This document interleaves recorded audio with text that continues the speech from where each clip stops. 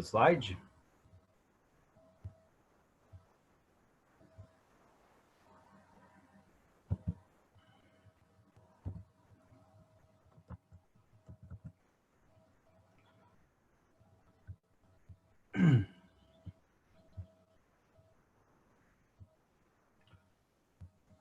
Então, assim, ó, vocês não precisam também, tá passando o slide aí, vocês não precisam também agora tá, de novo, como eu falei para vocês, não precisa estar tirando print, não precisa estar, enfim, né, tirando foto, eu mando o material depois para vocês sem problema nenhum, tá? Então, vamos ver agora, a gente dando continuidade, então, ao que a gente chama ainda de literatura informativa no Brasil.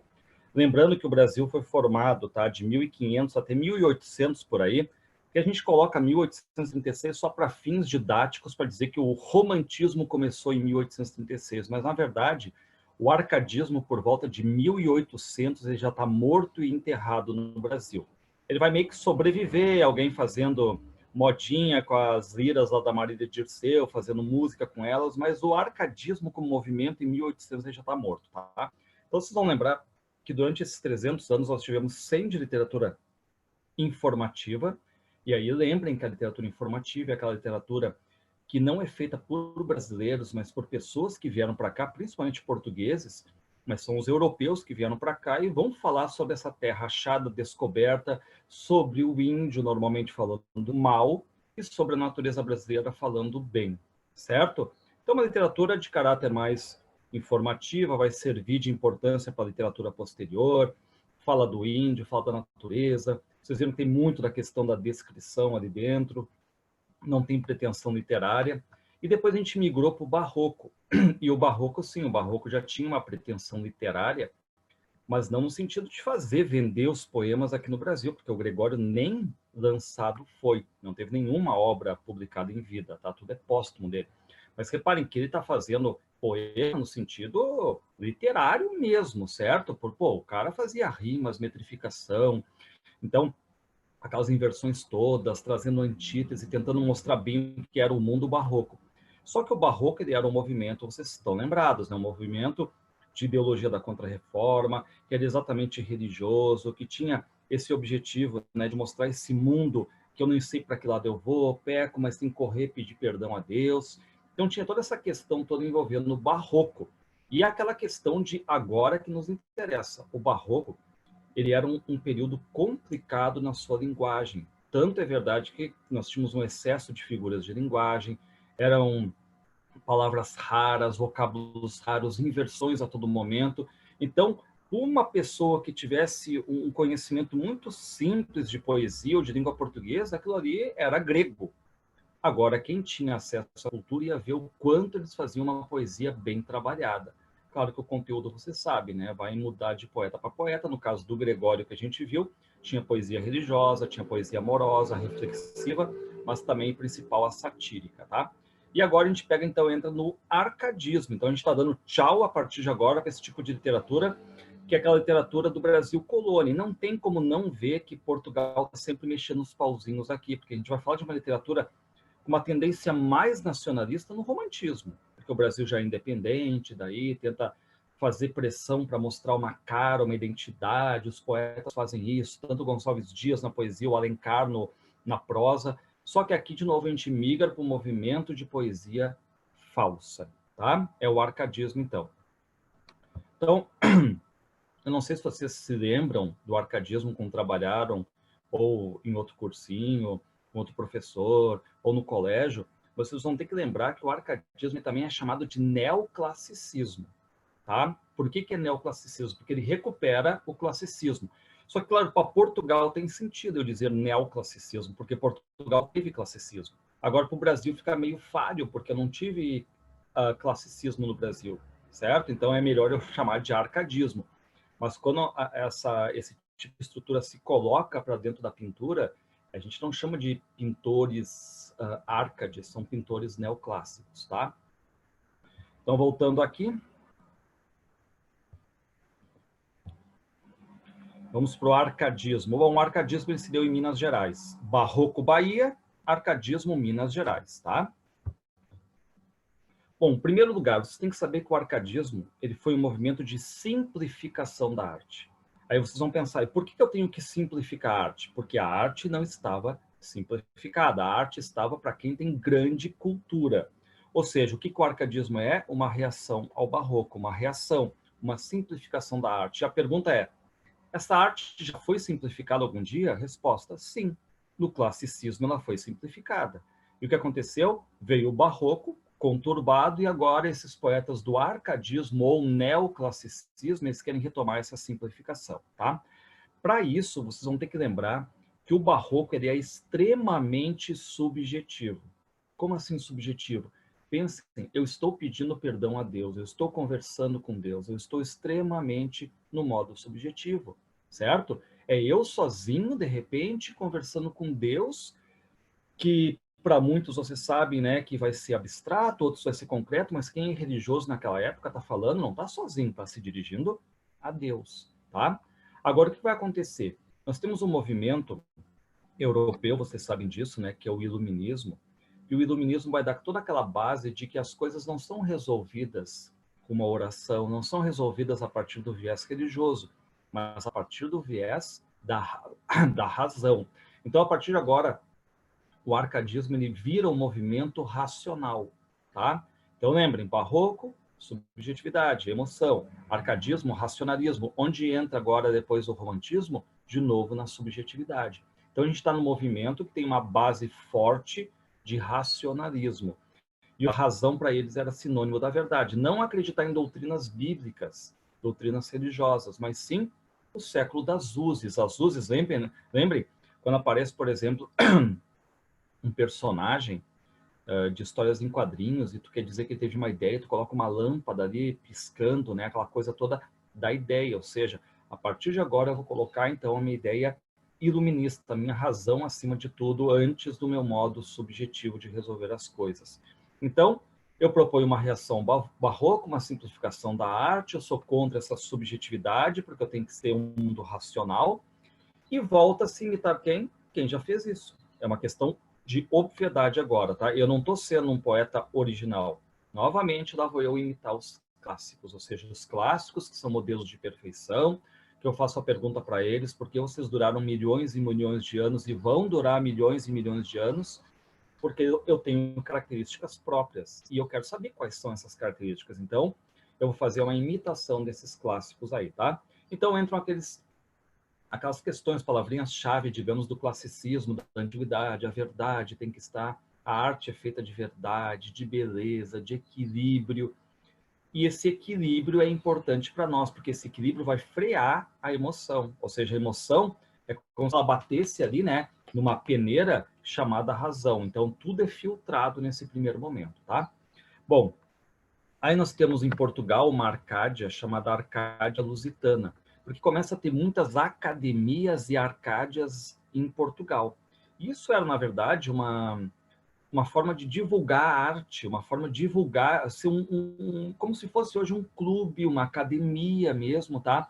Em que eu reúno ali os escritores. Porque, entendam, né? Era a pequena parcela da população que tinha acesso e que escrevia esse tipo de literatura na época. Então, o que eles faziam? Eles se reuniam, trocavam figurinhas, liam livros e tudo mais, estavam atentos sempre ao mundo que está acontecendo, não só no aspecto literário, mas político, religioso, histórico. Então, eles faziam essas reuniões, e no Brasil nós vamos ter depois arcádias e academias também, tá?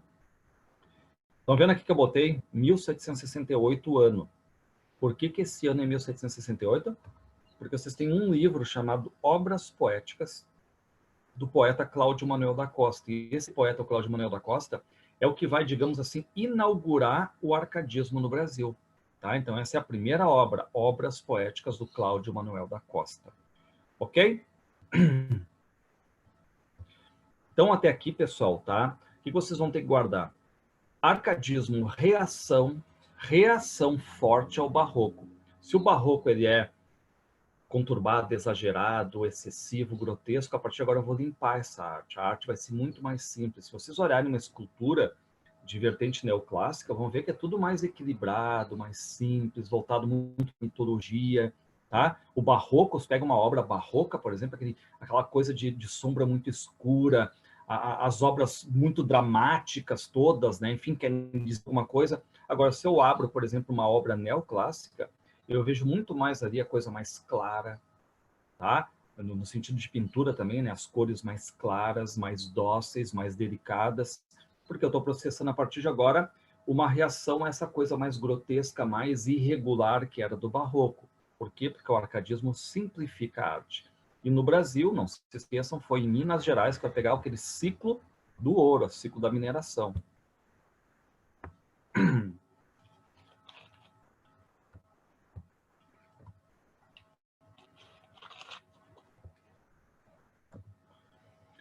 Ah, atenção no final, viu? Eu recolhi para vocês algumas questões, tá? Da URGS. O Enem não botou muita coisa de arcadismo ainda, mas a URGS coloca sim. E nos últimos anos ela colocou, inclusive, do movimento literário, certo? O arcadismo em si. Então, depois, nós vamos fazer também algumas questõezinhas aí, tá? Bom, para ser poeta arcade nesta época, eu tenho que seguir não regras, mas convenções.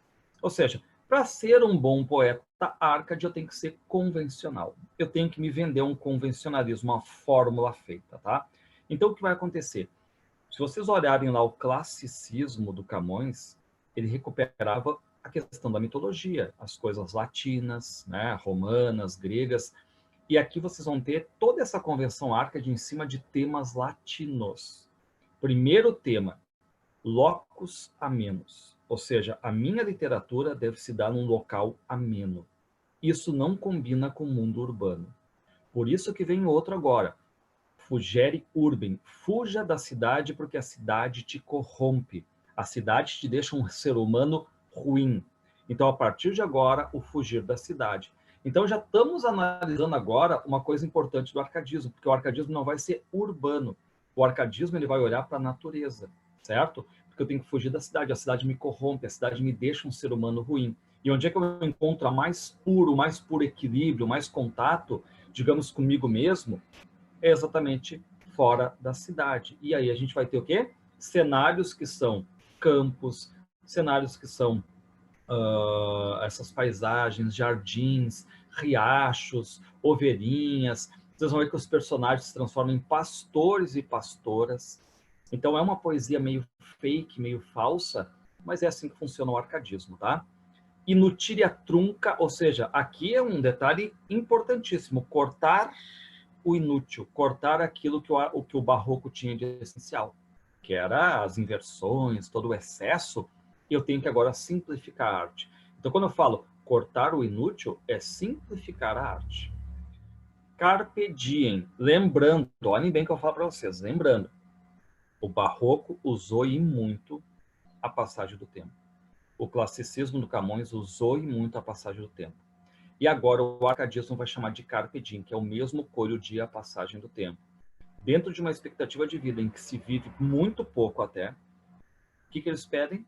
Aproveite a vida, colha o dia, certo? Então, só para dar uma noção para vocês, o carpe diem, ou a passagem do tempo, a efemeridade da vida, a vida passageira, é um tema que vai rolar por mais ou menos uns 300 anos na história da literatura. Vem do classicismo, pega o barroco, pega o arcadismo dá esse nome mais sofisticado, bonitinho, né? Carpe diem, certo? O que é bucolismo mesmo? O bucolismo é tu aprender contemplando a natureza. Quem é a minha escola? É a universidade, a faculdade, a escola, o liceu? Não. A minha escola é a natureza. Então, quem já leu Marília e Dirceu, por exemplo, tem cenas lá que o Dirceu fica observando o passarinho, dá comida na boca do filho passarinho, a vaca para o seu terneirinho. Ou seja, isso é aprender com as coisas simples da vida. A natureza é minha escola, tá? Lembrem que até quem já leu, por exemplo, Alberto Caeiro, aquele heterônimo do Fernando Pessoa, basicamente é isso aqui, né? Esse bucolismo, aprender contemplando a natureza. E aí vai gerar o que a gente chama de poesia artificial, tá? Agora eu quero que vocês cuidem, tá? Porque assim, ó, tem muita gente que diz, por que é diferente? Eu vi, foi uma questão da FUVEST, muito bem feita, perguntando qual era a diferença da natureza do arcadismo para a natureza do romantismo. E qual é a grande diferença? A natureza do romantismo tende a ser verdadeira, idealizada, mas verdadeira. Eu estou olhando o Rio de Janeiro, minha terra tem Palmeiras, aquela coisa toda. Só que a natureza do arcadismo ela é falsa, ela é forçada, ela é fake, ela é artificial. Eu sempre brinco com essa natureza aí, não sei se vocês se lembram assim, mas chega final do ano, tem gente que gosta de colocar pinheirinho, e às vezes meio que força, chega a colocar aqueles pinheirinhos no final de ano, pinheirinho assim simulando neve. Aí nós em Porto Alegre aqui correndo 50 graus à sombra, né? Quer dizer, aquele pinheiro artificial para Porto Alegre em dezembro seria a poesia do arcadismo, é uma poesia falsa, é uma poesia forçada dentro de convenções. Por isso que não é um grande movimento literário, tá? Longe disso, o arcadismo não é um grande movimento literário. Ele basicamente ele meio que peca, ele simplificou, mas simplificou meio sendo fake, tá? Essa é a verdade.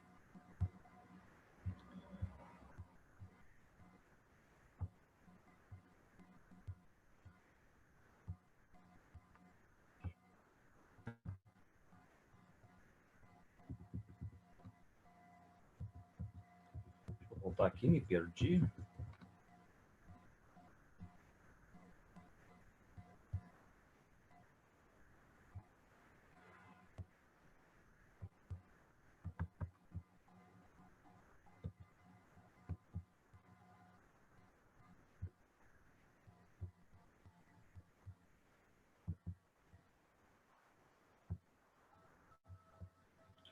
Pessoal, tá tudo ok aí? Só deem um oi aí para mim, porque eu acho que eu me perdi aqui. Não sei se eu tinha saído ou não.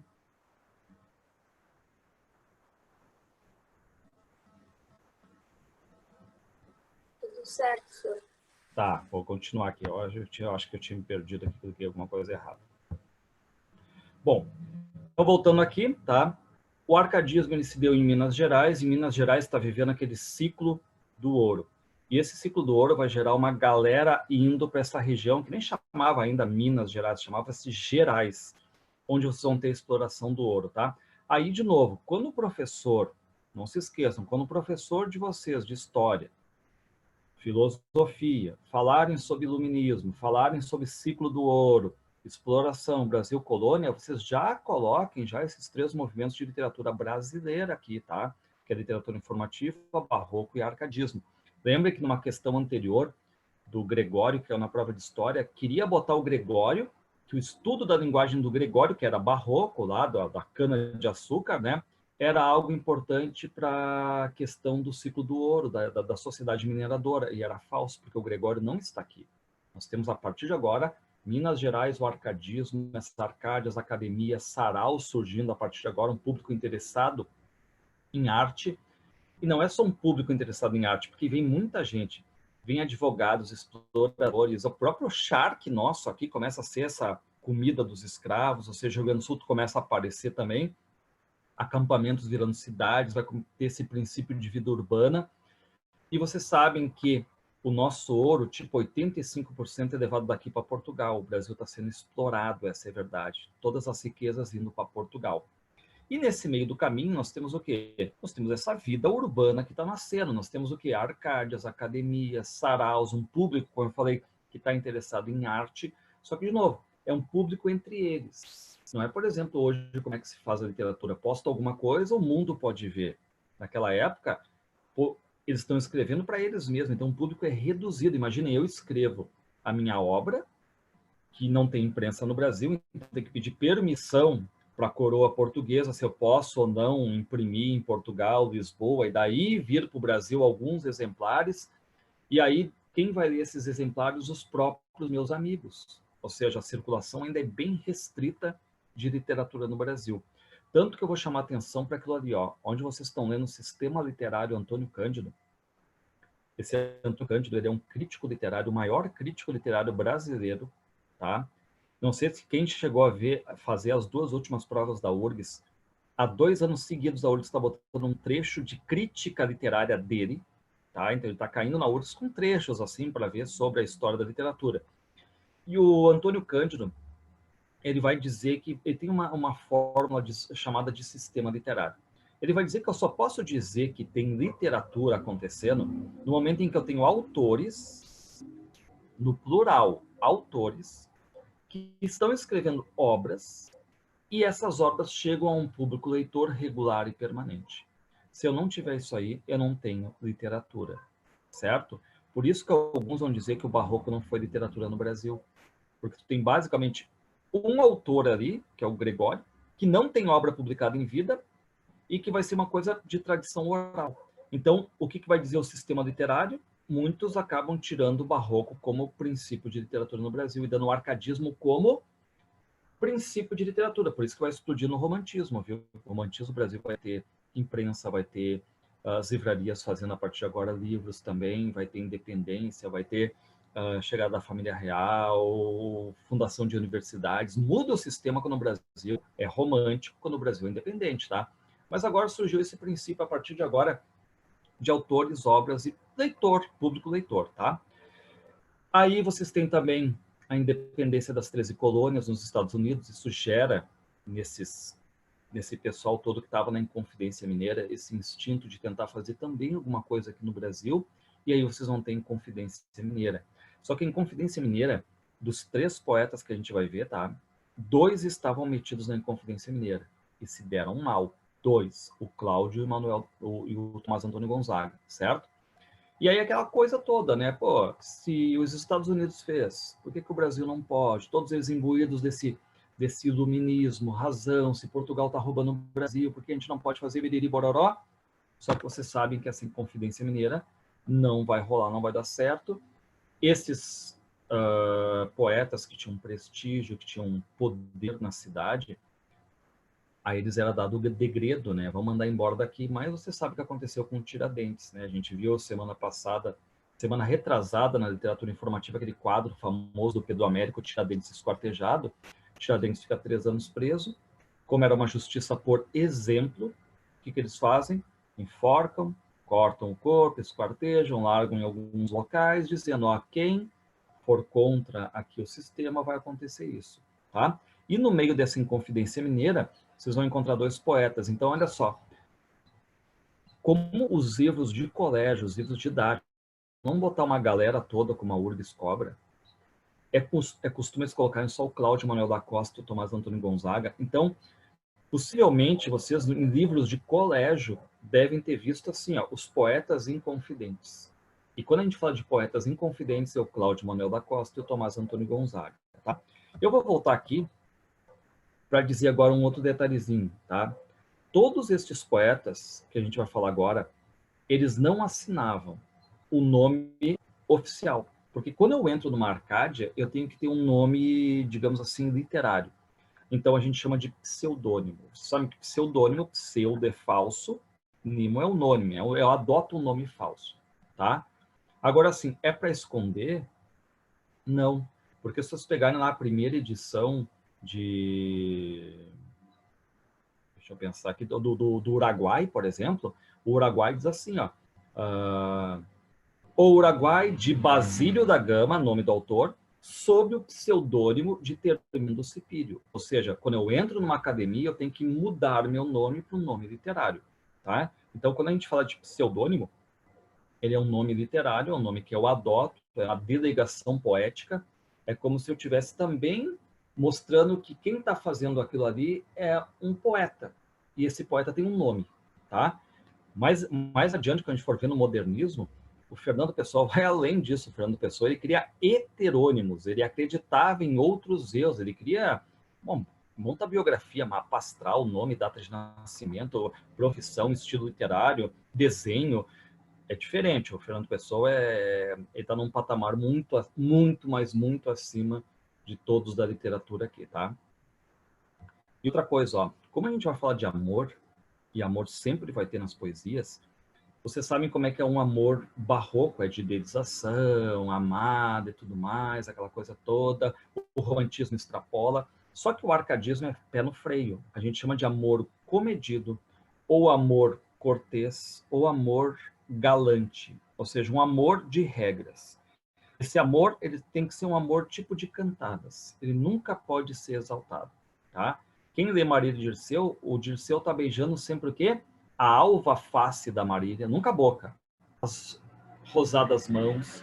Ou seja, é um amor assim, que alguns vão dizer assim, parece meio artificial, mas é verdade, é esse amor comedido que impõe as regras aqui do nosso chamado arcadismo, tá?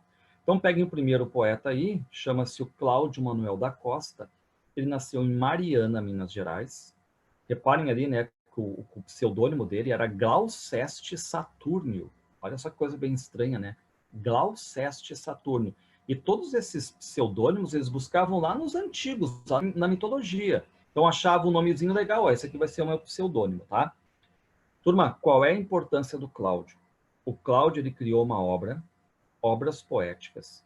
Foi lançado lá em Portugal em 1768 e é a primeira obra brasileira arcade. Então, é a obra que abre o arcadismo no Brasil. Só qual é o problema dele? Ele é um poeta de transição, tá? O que isso significa? Ele não conseguiu ser 100% arcade. Por quê? Porque ele escrevia de forma barroca, aprendeu o arcadismo, publicou uma obra arcade, só que com cacoetes barrocos, ou seja, tem uma obra de transição. Ele é um poeta de transição, ele está muito ligado ainda a cacoetes barrocos, ou seja, se eu jogar como a gente vai ver poema dele, se eu jogar um poema dele no chão, vocês vão ler assim, olha só, tem a natureza, árvorezinhas, penhascos, pastores, isso aqui é arcadismo. Ok, porque o vocabulário dele é arcade. Só que quando vocês começarem a ver que ele guarda cacoetes barrocos, ele usa muita antítese. E o que pedia o arcadismo? Simplifica a arte. Ele usa antíteses, ele usa inversões em demasia nas frases, isso é ruim porque eu fujo da ordem direta. E principalmente os temas dele são temas barrocos. Então o que a gente vai dizer dele? Poeta de transição de um barroco para um arcadismo. Ele tenta ser um arcade, tenta seguir as regras do arcadismo, mas mesmo assim ele tropeça em muita coisa, tá? Eu só citei embaixo ali o poema épico dele, Vila Rica, que não nos interessa, ele tentou ser épico, tá? E não sei se vocês chegaram a ver, olha a data de morte dele, 1789, ou seja, quando explode lá em Confidência Mineira, prendem o Cláudio. E qual é o detalhe? O Cláudio, ele aparece morto na prisão. E até hoje ninguém sabe se foi suicídio, se foi morte, envenenamento, ninguém sabe até hoje, tá? Mas sim, estourou em Confidência Mineira, preso, pumba, aparece morto na prisão, tá? Então esse era um poeta inconfidente. Aqui eu quero mostrar para vocês, ó. Pessoal, agora assim, ó, algo importantíssimo que eu quero que vocês cuidem, tá? Os vestibulares trazem essa palavrinha muito ligada ao Cláudio Manuel da Costa, transição. Ele não é um poeta 100% arcade, ele é um poeta arcade com traços barrocos. E as questões vão trazer isso aí, tá? Então, reparem, olha o que ele colocou já no início da obra dele. Basicamente, ele está pedindo o quê? Desculpa ao leitor dele. Ele está dizendo assim, ó, prefácio das obras poéticas. Bastará para te satisfazer, meu amigo leitor, lembrar-te que a maior parte destes poemas foram compostos ou em Coimbra, Portugal, ou pouco tempo depois, nos primeiros anos, tempo em que Portugal apenas começava a melhorar de gosto nas belas letras. Sabe o que diz? Portugal está recém começando lá pelas tantas a se dar bem no arcadismo. A lição dos gregos, franceses, italianos, sim, ó o classicismo. Me fizeram conhecer a diferença sensível dos nossos estudos e dos nossos primeiros mestres da poesia. E agora vem a cena principal. É infelicidade que haja de confessar para vocês, meu público leitor, que eu vejo e aprovo melhor. O que isso significa? Arcadismo. Mas eu sigo o contrário na execução, barroco. Então, no próprio prefácio, ele pede desculpas para nós. Ele diz, amigo leitor, aqui tu não vai encontrar poemas 100% arcades. Por quê? Porque quando eu lancei o livro, Portugal estava começando a principiar de gosto nas belas letras. Então, é infelicidade. Reparem que ele está triste. Que eu vejo a prova melhor e gostaria de apresentar um livro 100% arcade, mas, como eu sempre escrevi de forma barroca, eu tenho cacoetes e uma herança forte barroca e sigo o contrário na execução. Certo? Bom, aqui, deixa eu ver só se não botei. Deixa eu só passar aqui.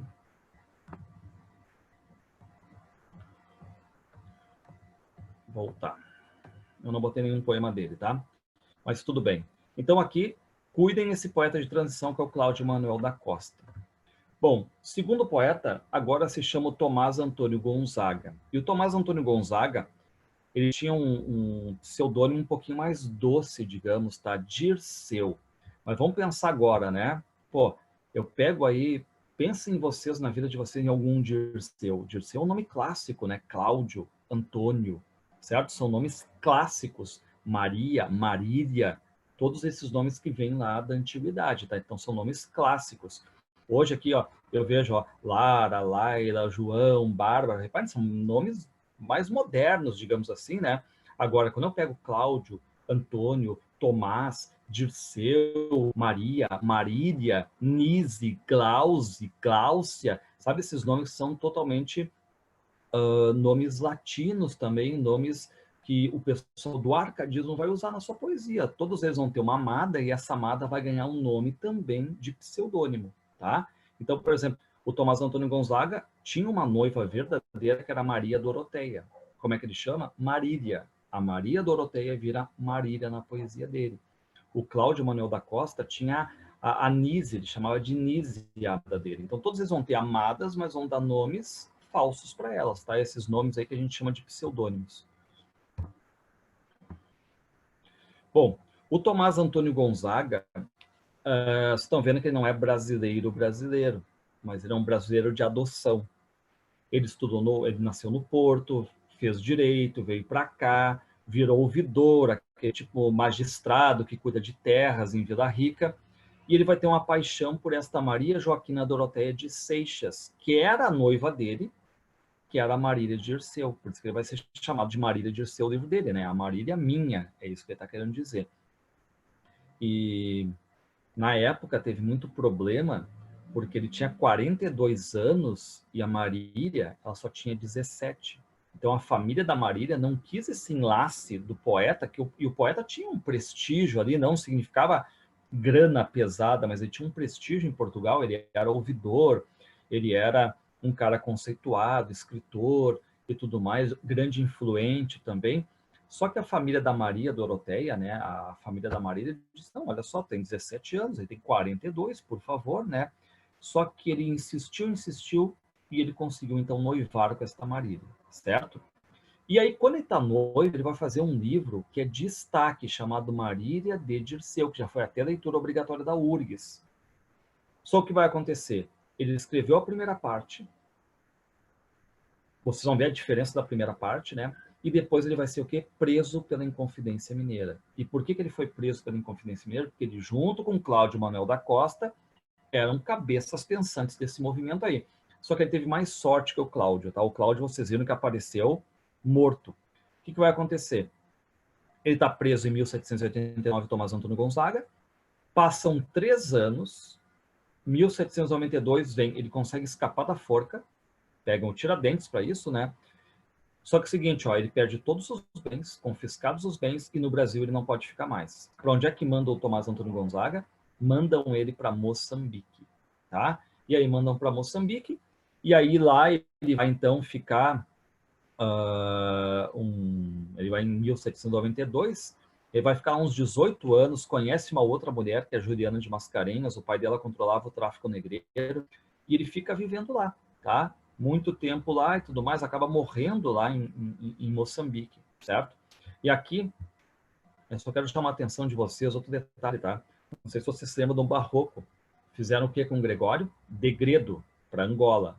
Tomás Antônio Gonzaga, Degredo, Moçambique, tá? Ou seja, as pessoas não gratas ali no Brasil não eram colocadas em Portugal, mas sim exatamente nas colônias portuguesas na África, tá?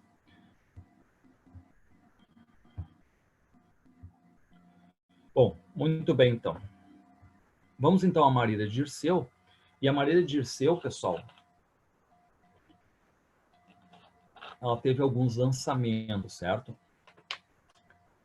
A parte 1, 1792, foi lançado. A parte 2, 1799, e a parte 3, 1812. Nos interessa aqui apenas parte 1 e parte 2, tá? Que eu quero que vocês entendam.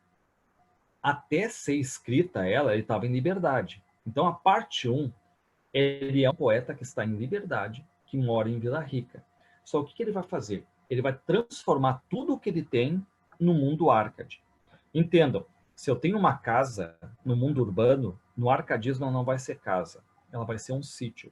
Se eu tenho um carro, não vai ser um carro, vai ser 3, 4, 5 bois que eu tenho. Se eu tenho um espelho, não vai ser um espelho, vai ser uma fonte. Se eu tenho uma roupa, vai ser uma roupa simples, eu vou me transformar num pastor, eu estou guiando o meu gado, certo? Meu rebanho. Não é o pastor religioso, vocês não podem confundir, tá? Não tem aquela questão de religiosidade aqui a partir de agora. Então não tem, é o pastor de igreja, não. É o pastor aquele que nem no Brasil teve essa figura do pastor. Quem já deu, por exemplo, sei lá, o Alquimista do Paulo Coelho, vai ver que tem pastores ali.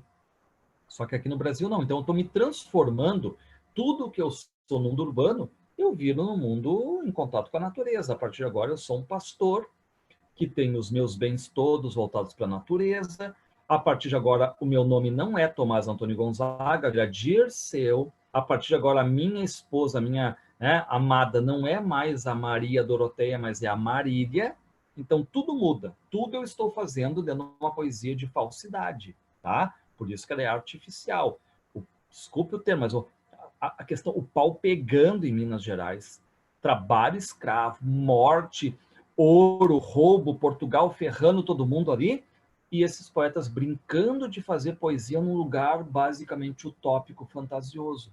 Por isso tem gente que odeia o arcadismo, por ser o arcadismo um período artificial, fake na literatura brasileira. Tem bons momentos, quando cai na realidade, mas a maioria é esse tipo de poesia aí, tá?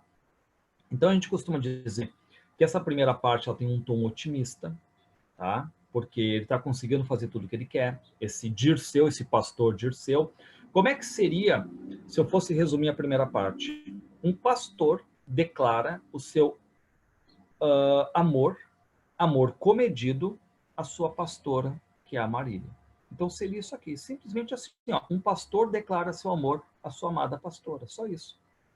O tom é otimista, totalmente convencional, ele vai procurar um local ameno, vai cortar os excessos, vai ser um amor comedido, vai estourar o carpe diem, vai fazer bucolismo, contemplando a natureza, tudo é convencional. Ela é autobiográfica, aí você vai dizer, é autobiográfica? Dentro das regras Arcades, de transformação, eu estou me transformando num outro personagem, tá? E tudo ali vai estar basicamente no presente, eu tenho, eu posso, eu faço, porque eu estou em liberdade. Depois vocês vão ver o contraste que vai ter. Reparem, vai começar o que ele diz. Eu, diz o Dirceu, eu, Marília, não sou algum vaqueiro que viva de guardar a areia e o gado. Olha o que ele está dizendo. Eu não sou flanelinha, eu não sou alguém que fica cuidando do carro dos outros, guardando o gado dos outros. Por que não? Porque eu tenho. Eu sou uma pessoa que tem bens. Reparem, de tosco trato, olha, eu não sou algum vaqueiro, de tosco trato, ou seja, eu não sou um cara feio, de expressões grosseiro, dos frios gelos e dos sóis queimado, nem muito branco, nem muito queimado. Tem o próprio casal é um sítio, e nele assisto, e nele moro. E o que esse casal dá, turma? É como se eu estivesse indo no supermercado pegando tudo, a natureza me dá tudo. Olha só o que diz que o sítio dele dá. Dá-me vinho, legume, fruta, azeite, das brancas ovelhinhas tiro leite, mais as finas lãs de que me visto. Graças, Marília Bela, graças à minha estrela, ao meu talento. Então ele está se apresentando, dizendo que é uma pessoa de posses, que a Marília não vai passar nenhuma dificuldade morando com ele, tá? Ele mora num sítio onde tem tudo. Reparem as palavras que indicam sempre o mundo de natureza: legume, fruta, azeite, ovelhinhas, lãs. Ó, reparem o que ele diz. Agora eu vou falar aqui com vocês, tá? Principalmente para as meninas aí, tá? Olha só. Vocês sabem, né, que entre um amor verdadeiro e uma cantada, que às vezes pode ser até simples, às vezes é uma cantada chula e tudo mais, mas vocês sabem que entre uma cantada artificial e um amor de verdade é muito diferente, tá? Então, um abismo de diferença entre um amor verdadeiro e uma cantada apenas e tão somente de um momento, tá? O que o arcadismo propõe? Esses clichês, essas questões todas aí, basicamente envolvendo cantadinhas, tá? Forçadas. Diz assim, até pode ser, mas tá demais, tá? Eu vou mostrar para vocês agora como é que funciona isso aí. Olha o que ele vai dizer. É bom, minha Marília, é bom ser dono de um rebanho que cubra monte e prado. Reparem, se a gente for passar por uma linguagem urbana, era como se eu dissesse assim, ó, é bom, minha Marília, é bom ser dono de 20 carros que cubra 10, 20 propriedades, tá? Agora é o que diz, porém, gentil pastor, o teu agrado vale mais que um rebanho e mais que um trono. Reparem que ele está dizendo, o teu amor vale mais do que tudo isso aí. É meio forçado, tá? A gente vê isso aqui. Reparem o que ele vai dizer agora nesse próximo. Ó. Leve-me a sementeira, muito embora o rio sobre os campos levantado. Ou seja, que venha o rio e dê uma enchente, leve toda a minha sementeira embora. Acabe a peste matadora sem deixar uma res o nédio gado. Que venha uma peste e acabe com todo o meu gado. Ou seja, tu perdeu tudo que tu tinha. Sabe como é que ele termina? Já destes bens, Marília, eu não preciso. Nem me segue a paixão que o mundo arrasta.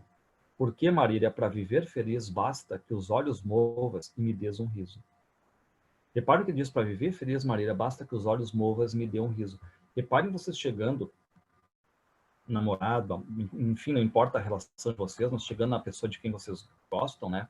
Assim, amor, eu posso não ter nada na vida, que venha um temporal, desabe a minha casa, que venha uma chuva, rale todo o meu carro, porque destes bens eu já não preciso. Porque para viver feliz basta que os olhos movas e tu me des um riso.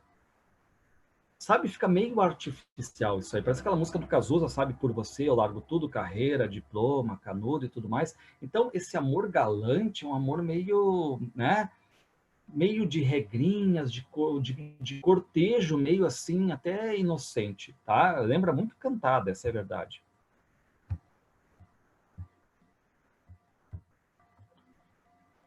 Repare que ele vai dizer, ó, Marília, depois de nos ferir a mão da morte, ou seja, neste monte ou noutra serra, nossos corpos terão a sorte de consumir os dois a mesma terra. Vamos ser enterrados juntos.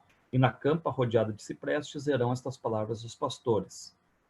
Quem quiser ser feliz nos seus amores, siga os exemplos que nos deram estes. Graças, Marília Bela, graças a minha estrela. Repare, então, que todo o convencionalismo Arcade fica em cima do Marília de Dirceu, da primeira parte.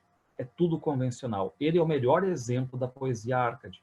Por quê? Porque o Cláudio é de transição, e ele não, ele é 100% basicamente o que a gente vai chamar de poeta Arcade. Olha o tema do Carpe Diem. Minha Marília, tudo passa. A sorte deste mundo é mal segura. Se vem depois dos males, vem depois dos prazeres a desgraça. Reparem, né, o bucolismo, enquanto pasta alegre o manso gado, minha Marília, nos sentemos à sombra deste cedro levantado, vamos meditar, vamos ver a passagem do tempo. Então, essa primeira parte aqui é totalmente convencional. Só que agora a gente vai para uma segunda parte. E a segunda parte, ele foi preso, vocês sabem por quê, né, pela Inconfidência Mineira. E a segunda parte é uma parte de lamento, de desabafo, de confissão. Ele está escrevendo na prisão. Inclusive, quando acharam lá, viram que ele tinha colocado assim de carvão na prisão. Ele escreveu vários e vários poemas assim nas paredes. E aí ele começa a se tornar mais verdadeiro. E tem crítico que chama que aqui já tem um pouco desse pré-romantismo.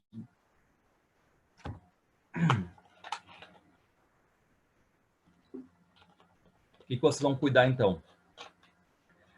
Na segunda parte, muda o vocabulário. Tá? Na segunda parte, a partir de agora, ele não está livre, ele está preso. Estando preso, ele não tem mais as coisas no presente, ele tinha. Então, a partir de agora, ele está sempre se lamentando. Eu tinha. Reparem o vocabulário de prisão. Mas neste mesmo estado em que me vejo, pede Marília amor que vá cantar-te e tudo mais. Ó. Nesta cruel masmorra tenebrosa, ainda estou vendo teus olhos belos. Então, a todo momento, ele está dizendo, olha, estou deitado, de repente, estou tentando dormir. Estou sonhando com Marília Bela, mas de repente um soldado grita, alerta, alerta, estou, diz outro soldado. Acordo, vejo que estou deitado numa cama dura de que nem sequer sou dono. E aí vejo que estou preso. Então a primeira parte difere da segunda, porque na primeira ele está livre. E na segunda ele está preso. Tá? E aqui eu vou chamar a atenção porque caiu na URGS. Ele fez um livro satírico chamado Cartas Chilenas. Tá? Essas cartas foram escritas antes da Inconfidência Mineira. Ninguém sabia quem tinha escrito. O Tomás Antônio Gonzaga morreu e ninguém sabia que tinha sido ele que escreveu essas cartas aí. Só depois de uns 100 anos foram começar a estudar esse tipo de literatura e foram ver, ó, é o Tomás Antônio Gonzaga, tá? E aqui eu não sei se vocês já ouviram falar nessas cartas chilenas, mas vocês vão ter um cuidado a mais aí, tá? Por quê? Porque é uma carta satírica. Então, quando a gente diz, na literatura colonial só teve o Barroco, só teve o Gregório que fez sátira, negativo. O Tomás Antônio Gonzaga também fez as cartas chilenas, tá? Então, as cartas chilenas vão ter que ter um cuidado especial, porque o que vai acontecer? O Tomás Antônio Gonzaga, ele tinha birra com o Luiz da Cunha Menezes, que era o governador de Minas Gerais, tá? Então, ele tinha um atrito com ele. O que ele fez? Ele fez um livro, essas cartas chilenas aqui, tá? Ele fez um livro. Deixa eu só... Ele fez um livro, o Tomás Antônio Gonzaga, satirizando esse governador de Minas Gerais, o Fanfarrão Minésio. Só que ele não vai chamar Luiz da Cunha Menezes, ele vai usar Fanfarrão Minésio. Ele não colocou o nome dele, ele botou Critilo. Ele não colocou Cláudio Manuel da Costa, ele está escrevendo para Dorotel. Então, nós temos aqui umas cartas, que na verdade a gente nem lê como cartas chilenas, a gente chama de cartas mineiras, porque elas saíram antes da Inconfidência Mineira, ninguém sabe quem escreveu, tá? E só depois de grandes anos é que foram descobrir que foi o Tomás Antônio Gonzaga, que tinha desavenças com Luiz da Cunha Menezes, e ele escreve da mesma forma que Marília Dirceu, ou seja, é o Dirceu, eu, Marília, não sou algum vaqueiro, ele fala, amigo Dorotel, aqui estamos, no Chile, tem um tirano chamado Fanfarrão Minésio e tudo mais. Então, aqui eu marquei um detalhezinho para vocês verem.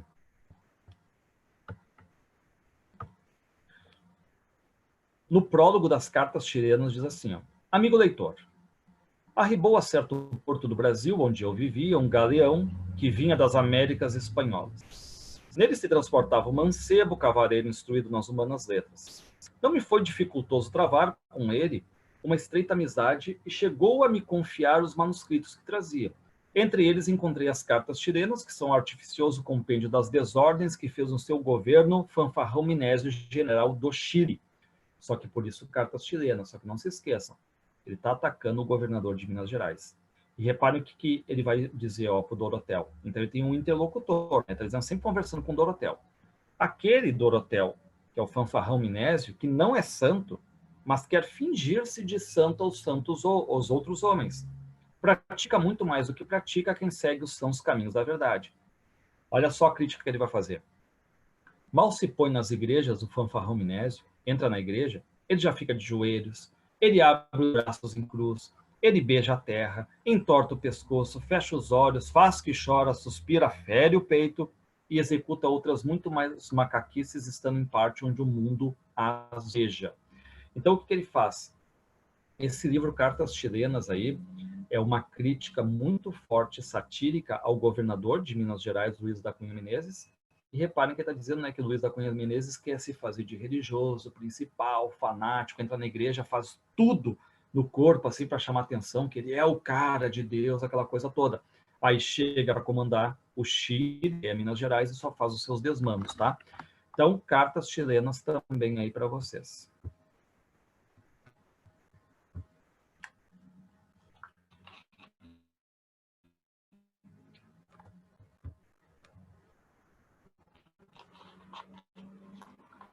Deixa eu perguntar para vocês aí. Alguém aqui vai fazer a Federal de Santa Catarina? A Federal de Santa Catarina está pedindo esse livro agora, que a gente vai ver agora rapidinho, tá? Aqui a internet está instável.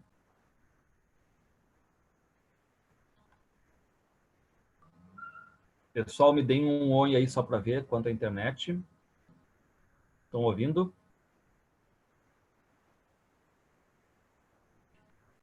Tá, ó. Vocês viram que na lista tá o Uruguai do Basílio da Gama. Tá? Na lista das leituras obrigatórias está o Uruguai do Basílio da Gama. É uma leitura chatinha.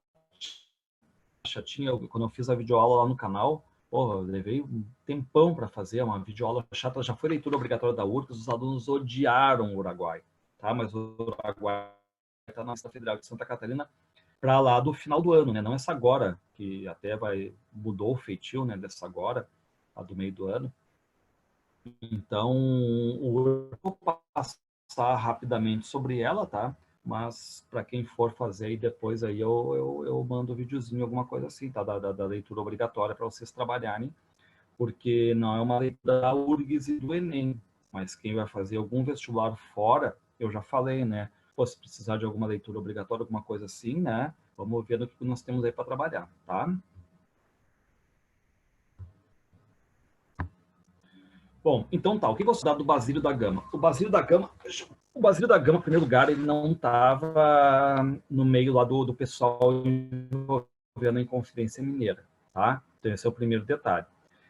O nome dele talvez seja o mais estranho, o pseudônimo dele, Termino Cipírio. Quem é que daria um nome assim, Termino Cipírio? Ele nasceu em Minas Gerais, jesuíta, estudou com os jesuítas, só que só para vocês entenderem como é que se deu todo o problema do Basílio da Gama, ele era jesuíta. Só que aí o pessoal começa a botar pilha no...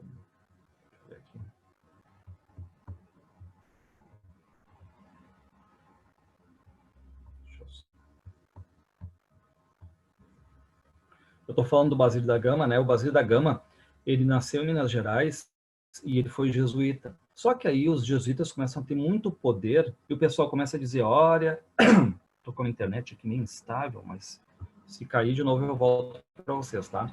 Aí o Basílio da Gama, ele vê que o rei manda fechar os colégios jesuítas, porque os jesuítas estavam tendo muito poder. E o rei de Portugal acha que pode ter um golpe dos jesuítas e manda fechar todos os colégios jesuítas nas suas colônias. E é fechado aqui. O Basílio da Gama, ele pega e vai para a Europa. E lá na Europa ele vai se ligar ao jesuitismo. Ele vai para Roma, vai para Portugal. E aí ele vai ser preso em Portugal por atividades jesuíticas, tá? O que vai acontecer? Olha só que maravilhoso. Como é que ele consegue sair da prisão? Ele faz um poema para a filha do Marquês do Pombal. Lembre que o Marquês do Pombal era o braço direito do rei. Então ele faz um poema que ele fica sabendo que a filha do Marquês vai se casar. E ele faz um poema para ela para puxar o saco. E ele vai lá, cai nas graças do Marquês do Pombal e o Marquês do Pombal libera ele da prisão. E aí o que ele vai fazer? Ele rapidamente vai fazer uma obra. Não se esqueçam que o Uruguai, ele é um poema épico, tá? É um poema épico. É o único que a gente vai ver, né? É um poema épico e que ele foi pressa, principalmente para quê mesmo? Para puxar o saco de Portugal, tá? Então o Uruguai, na verdade, é um elogio ao governo português, certo? Ele foi feito muito rapidamente, por isso ele é muito mal feito também, tá? E aí depois ele volta ao Brasil, só que acaba morrendo em Portugal. Então o que eu quero mostrar para vocês aqui, ó, vocês têm que guardar isso aqui, tá? O Basílio, ele aí colégios jesuítas fecham, ele vai para a Europa se filiar ao jesuitismo, é preso por jesuitismo, se safa com um poema para a filha do Marquês Pombal, e quando ele é solto, ele quer agradecer. E o que ele faz? É o que a gente vira a casaca, ele vira caçador de jesuítas. Só para você ter uma ideia, ele vai fazer uma obra em quem são os vilões? Os jesuítas. Quem abre o Uruguai vai ver lá, pô, mas só um pouquinho, ele não era jesuíta? Sim. Tem por que os vilões são os jesuítas? Porque ele ficou com medo e não ser mais preso e acabou fazendo uma obra de elogio ao governo português. O Basílio da Gama talvez seja o maior puxa-saco da história da literatura brasileira, tá? Então, o poema que ele fez é um poema de puxa-saquismo ao povo português, tá? Por isso que vocês vão ver, então, quem é elogiado? O pessoal, o governo português.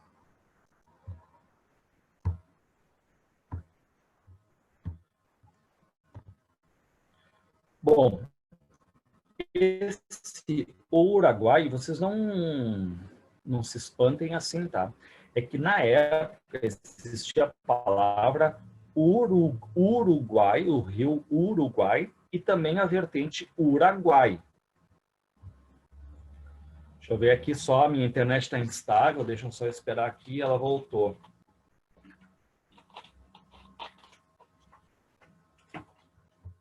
Vamos de novo. Assim, quando dá o Machado de Assis, conforme a edição de vocês, vai ter dois, coisa. Então tinha muito disso ainda, das palavras ainda não estarem definidas, ou ter duas e o tempo vai dizer quem é que fica no poder. E na época tinha Uruguai e Uruguai. O rio era chamado de Rio Uruguai e Rio Uruguai. o autor botou Uruguai. Quis o destino que a palavra Uruguai não ficasse Uruguai. Mas, enfim, né? Por tradição, até hoje, a gente deixa a Bahia com H, o estado da Bahia com H, por tradição, não há nenhuma regra que prescreve aquele H ali no meio, tá? Corinthians com aquele H ali, né? Bom, então, o tema, qual é o tema do Uruguai? Sete Paus das Missões, é uma poesia épica, dividida em 5 cantos, tem 1.377 versos. Agora, olha só, quantos tinham os Lusíadas? 8.816. Aqui você já tem uma diferença, tá? Se lá nos Lusíadas, que é a epopeia de primeiro mundo, de qualidade, se eu desse uma nota de 10 para os Lusíadas, eu daria uns 2, 3 por Uruguai, né? Por aí. Se eu tenho 8.816 versos nos Lusíadas, aqui eu só tenho 1.377, tá? Lá no Camões, ele fez versos decassílabos. Aqui eu também tenho versos decassílabos. Só que o Camões fez o quê? Rimas. AB, AB, AB, CC. E aqui o que ele fez? Como ele fez rápido, sem rima. Ou seja, versos brancos, tá? Tem um herói, o Gomes Fangio, português, que era governador do Rio de Janeiro. Nós temos aqui os jesuítas nos Sete Paus das Missões, doutrinando os índios, então é jesuítas mais índios, versus exército luso português. E dos índios nós temos quem? Temos o Cacambo, temos o Lindóia e tem o Cepé. Ele só é chamado de Cepé, não Cepé Tiraju, mas é o mesmo Cepé Tiraju nosso, tá? Então já tem aqui um detalhezinho de bater. Se eles perguntarem se Uruguai é um livro que fala sobre pastores ovelhinhas, não. Ele vai pegar um fato histórico e no lugar dessas ovelhinhas e tudo mais, a gente está tendo o quê? Personagens reais. O governador do Rio de Janeiro, Gomes Freire de Andrade, índios, tá? Nós temos um momento muito bonito, que é a morte da Índia Lindóia. Nós temos um poema que é um elogio ao governo português, na figura principalmente do Marquês do Pombal. O autor se mostra simpático para com os índios. Esse é um detalhe importante, tá? Porque vocês estão lembrados, quem é que são os vilões? Os jesuítas, na figura principalmente do Padre Balda. E reparem, a primeira grande obra, eu estou colocando o índio. Então o pessoal diz, opa, aqui há também essa questão de ser um precursor do indianismo, porque depois estão lembrados que o indianismo ele é basicamente um movimento de valorização do índio. E durante 300 anos o índio só foi colocado para baixo. E aqui é uma obra que, digamos assim, fala bem do índio, é uma obra simpática para com o índio. Ó, e tem aquelas coisas todas que são as partes clássicas, digamos assim, da epopeia, né? Tem uma proposição, tem uma invocação, que é uma musa muito michuruca que aparece ali, tem a dedicação, que é para o irmão do Marquês do Pombal, tem a narração e tem o epílogo.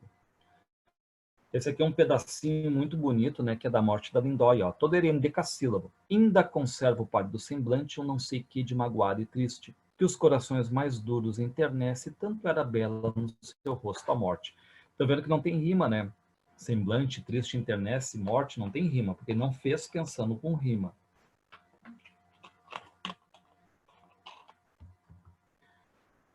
E esse aqui é o começo do Uruguai, onde tem essas questões todas de proposição, de invocação. Reparem, fumam ainda nas desertas praias laços de sangue tépidos e impuros, em que ondeiam cadáveres despidos, pasto de corvos. Ou seja, no primeiro momento, tu está lendo o Uruguai, ele já te larga numa situação futura, em médias res, né, lá adiante, onde tem um monte de cadáveres ali.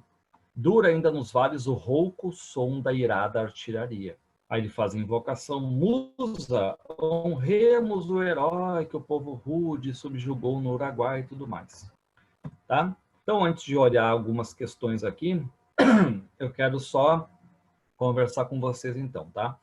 Arcadismo, resumindo, arcadismo, movimento de reação ao barroco, simplificação da arte, se deu em Minas Gerais, teve esse laço de 1768 a 1836, teve essa inspiração no iluminismo, na questão do uso da razão, do amor comedido, teve olhando então para Minas, ciclo do ouro, e mais, se eu sou um poeta arcade, eu tenho que manter um convencionalismo. Eu não sou o Urbano Marcelo, mas eu vou ter que escolher um nome para mim, esse nome latino, tem que fugir da cidade, eu tenho que ir para a natureza, falar de pastores, ovelhinhas, cajado, fazer bucolismo, contemplar a natureza, aprender com a natureza, tá? Então, eu tenho que fazer tudo isso com uma linguagem tentando ser o mais simples possível. Não que eles não vão fazer inversões, alguma coisinha assim, sempre tem, né? Porque são poetas agora, com maior divulgação literária, mesmo que saíram mesmos ali, mas eu tenho já esse sistema literário acontecendo.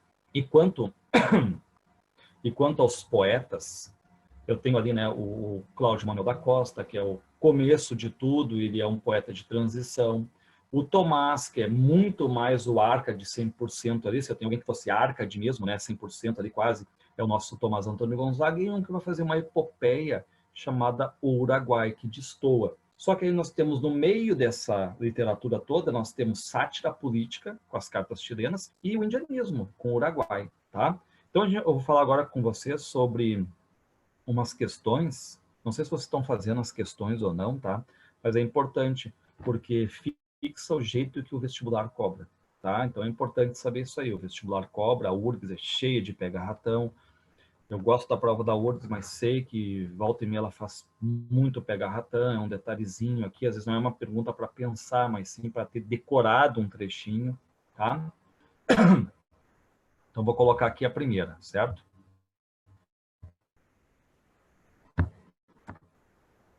Primeira questão.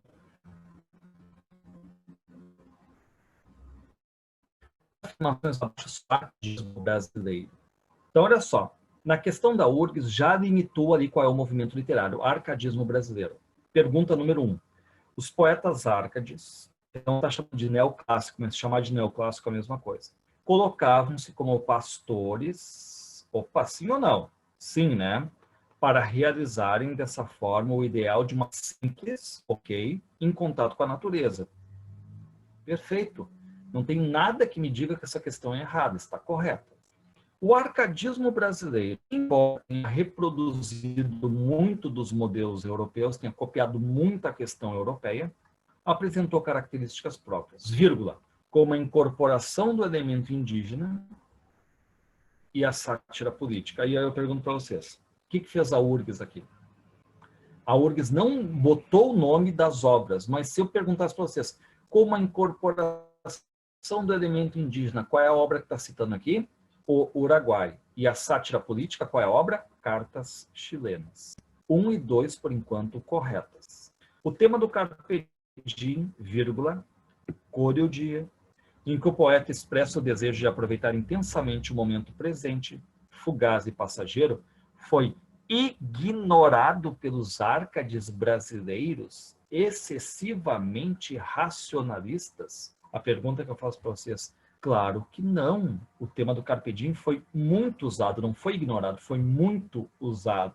Então, apenas 1 e 2 aqui.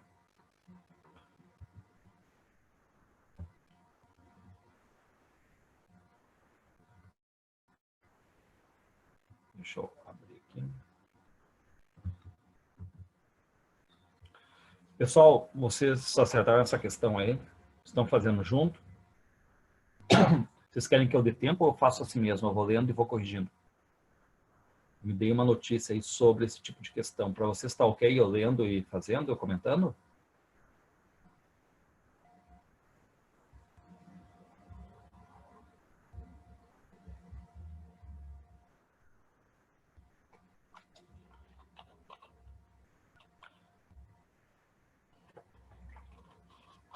Tá, então eu vou lendo e vou comentando, tá? Se vocês tiverem alguma dúvida sobre ela, vocês perguntem, tá?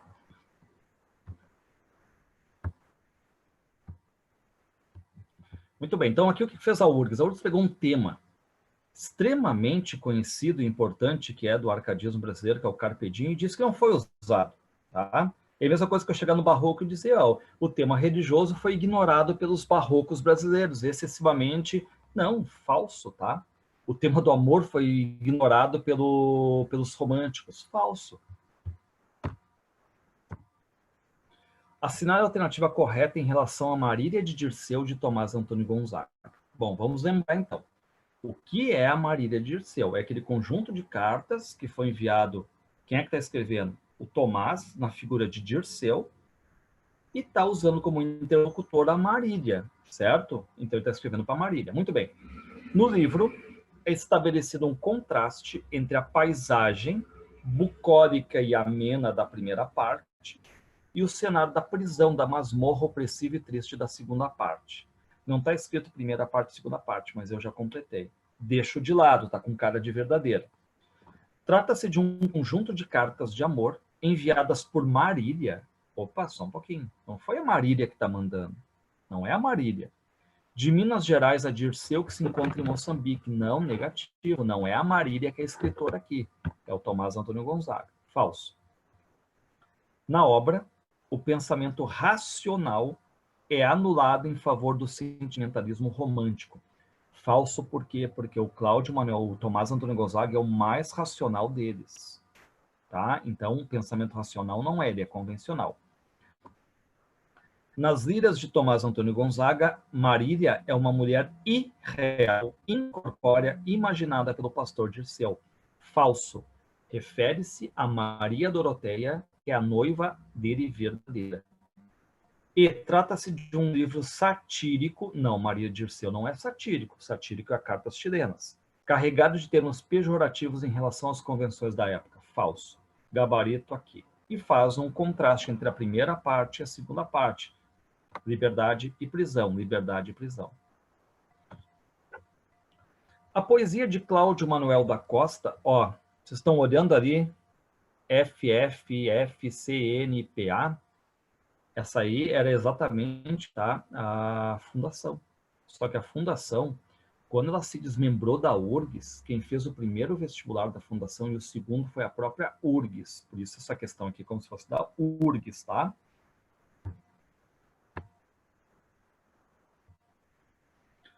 A poesia de Cláudio Manuel da Costa. Bom, vamos lembrar. Qual é a característica do Cláudio? Poeta de transição. Vamos lá. Apresenta traços barrocos, sim. Como a presença de oposições, de antíteses, sim. Apesar da preocupação do poeta em seguir os cânones, as características neoclássicas árcades. Ok, tem cheiro de verdadeira, deixa de lado. A poesia de Cláudio representa uma tentativa de retorno ao barroco. Não, ele diz que aprova exatamente o quê? O arcadismo, mas não conseguiu. Como reação à nova geração de poetas mineiros influenciados pelo arcadismo. Não, ele está apoiando o arcadismo, mas ele vai dizer que ele tem cacuetes terríveis do barroco. C. A poesia de Cláudio é o melhor exemplo da estética neoclássica. Falso, porque ele é um poeta de transição. O melhor exemplo é o Tomás Antônio Gonzaga, que preconizava o retorno ao misticismo e à religiosidade cristã da literatura medieval. Não, a gente está agora no mundo dos deuses da mitologia.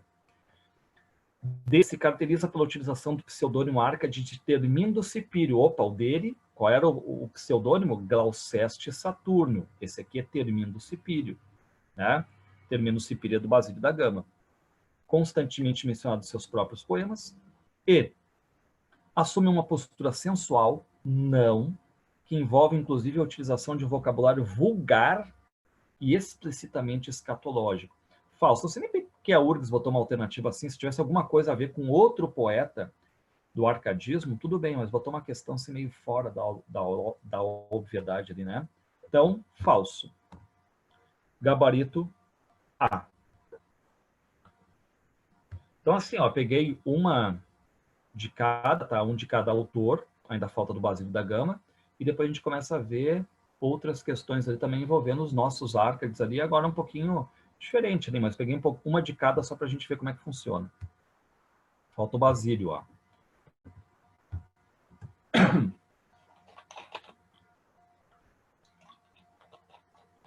Assinar a alternativa que preenche corretamente as lacunas do texto abaixo na ordem que aparecem. O Uruguai, deu o ano, de autoria de Santa Rita Durão, Basílio da Gama, José de Alencar. Vocês sabem que é do Basílio. Narra a história da luta de contra os índios sitiados nos 7 povos das missões. Ou seja, quem vai ir contra os índios e os jesuítas? Portugueses e espanhóis. A obra O Uruguai focaliza o encontro de culturas e, ao dar relevo às figuras de Cepé, que é índio, Cacambo, índio, Lindóia, Índia, antecipa o quê? Romântico? o indianismo.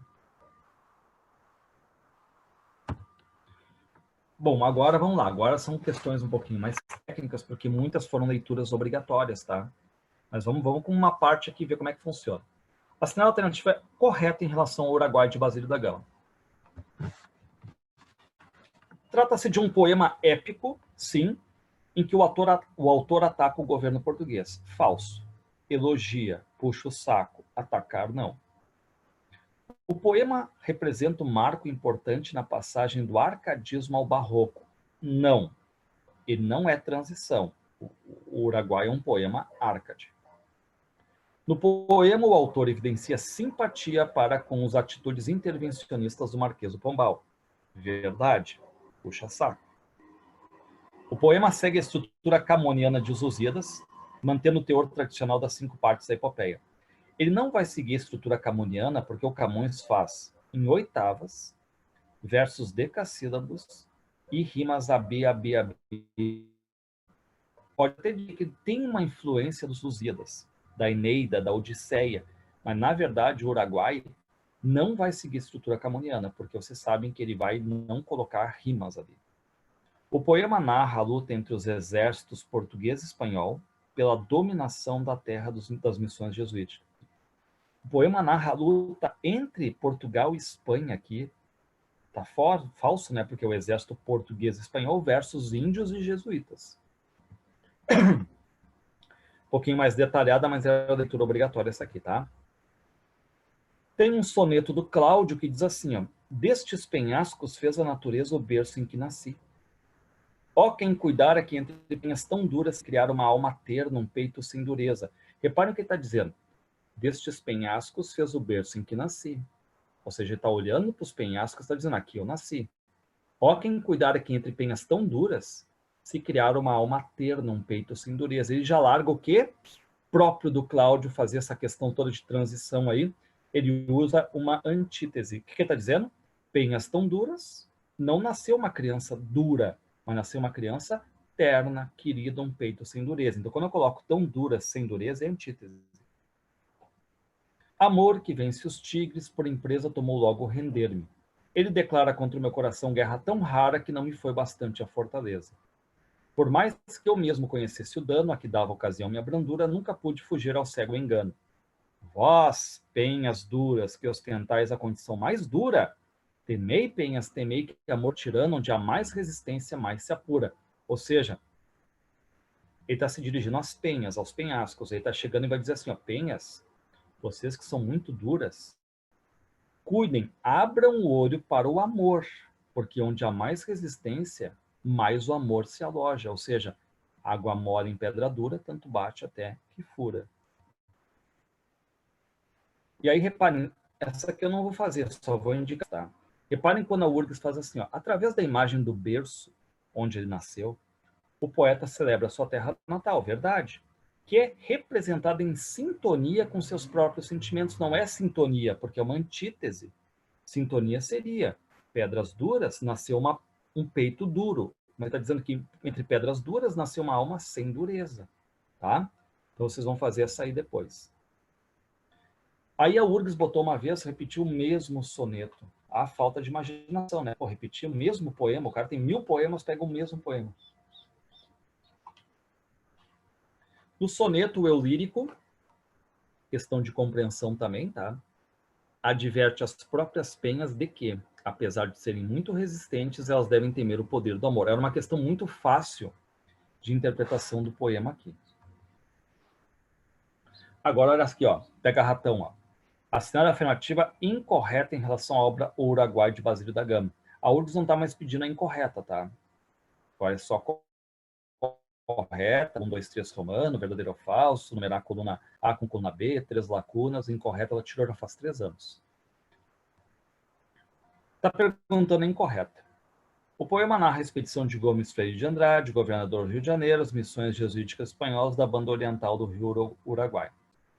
O Uruguai segue os padrões estéticos dos poemas épicos da tradição ocidental, como Odisseia, Eneida e os Basílio da Gama expressa uma visão europeia em relação aos indígenas, acentuando seu caráter bárbaro, incapaz de sentimentos nobres e humanitários. Nas figuras de Cacambo, Sepete e Araju está representado o povo autóctone da terra que defende o solo natal.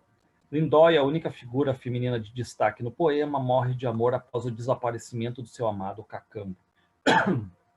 Pessoal, vou dizer para vocês agora um detalhezinho, tá? Nessa questão aí. Se vocês entrarem na internet nessa questão aqui, ó, deixa eu até conversar com vocês. Essa questão aí nunca me deu tanta dor de cabeça na vida, porque eu sempre achava duas respostas nessa aí, tá? E eu não conseguia entender nunca, e eu achava, ia atrás, e o gabarito dava uma, e eu dizia, mas como é que a URGS fez uma questão errada? E na verdade, sabe o que estava errado? Todo mundo que colocou na internet essa questão digitou e esqueceu uma palavra. Aí que eu fui ver na prova original qual é o erro. E eu fui descobrir linha por linha para descobrir isso aí. É impressionante, mas é verdade. Reparem, está pedindo qual é a incorreta. O poema narra a expedição de Gomes Freire de Andrade, governador do Rio, às missões jesuíticas espanholas da banda oriental do Rio Uruguai. Isso é correto. Perfeito. O Uruguai segue os padrões estéticos dos poemas épicos da tradição ocidental, como a Odisseia, a Eneida e os Lusíadas. Sim, segue os padrões estéticos, não está entrando na mesma estrutura, mas segue os padrões, que é uma epopeia. Basílio da Gama expressa uma visão europeia em relação aos indígenas, acentuando seu caráter bárbaro, incapaz de sentimentos nobres e humanitários. Ele não faz isso. Ele faz até uma espécie de elogio ao índio, ele mostra simpatia. Então, essa aqui é errada, tá? Incorreta. Mas eu vou dizer qual é o problema.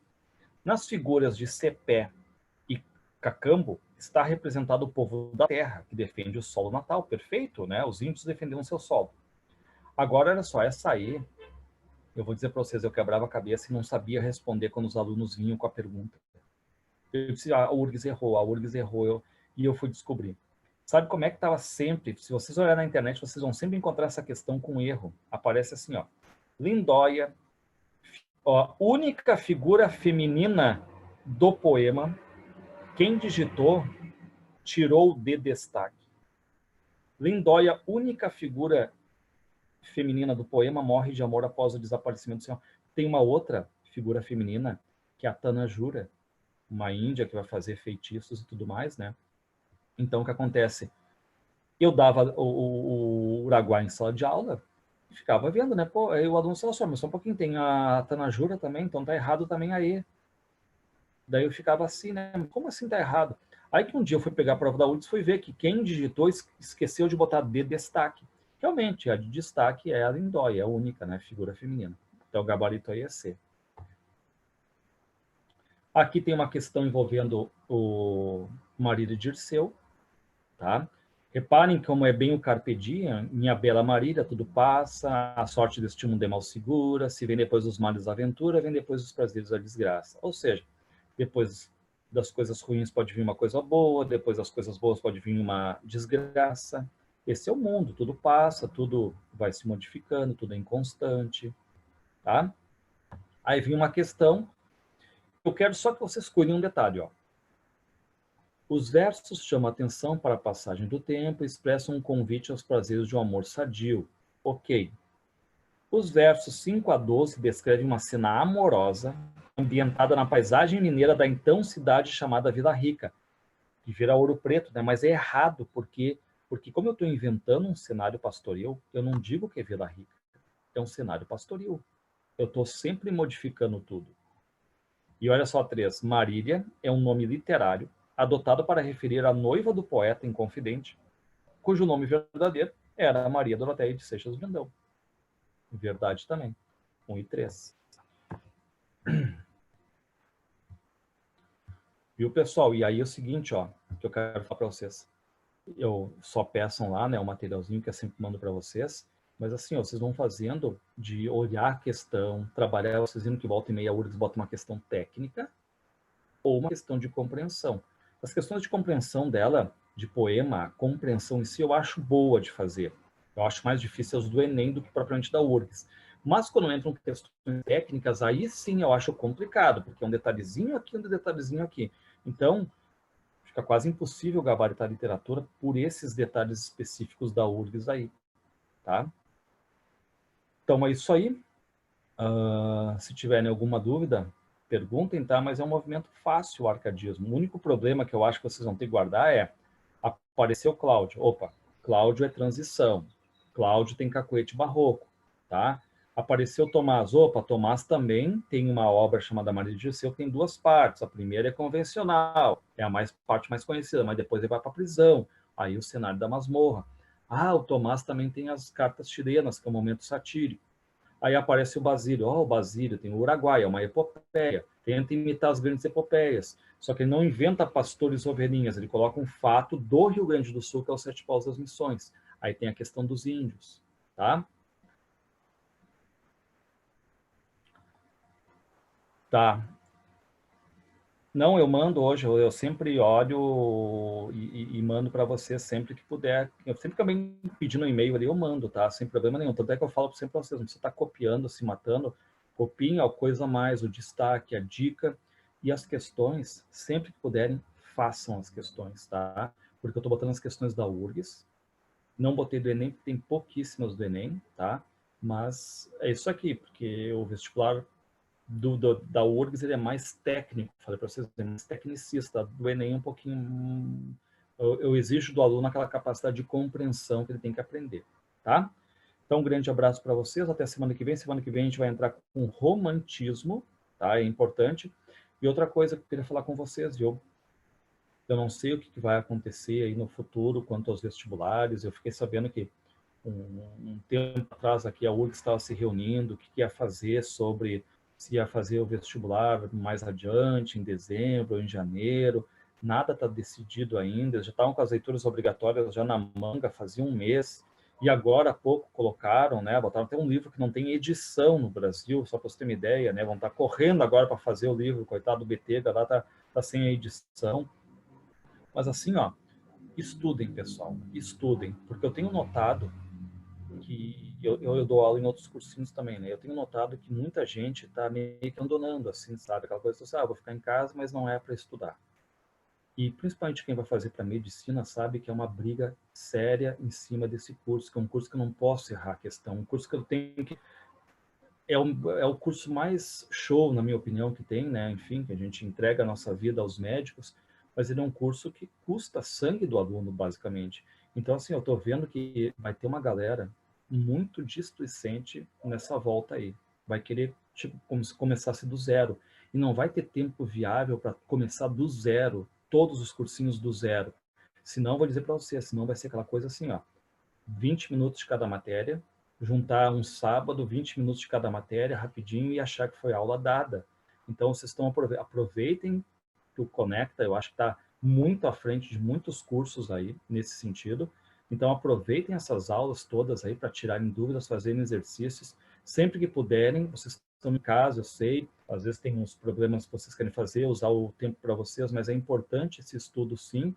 Eu acho que nesse sentido o Conecta saiu bem, bem mesmo, tá? Porque eu não sei se o vestibular vai mudar datas ou não.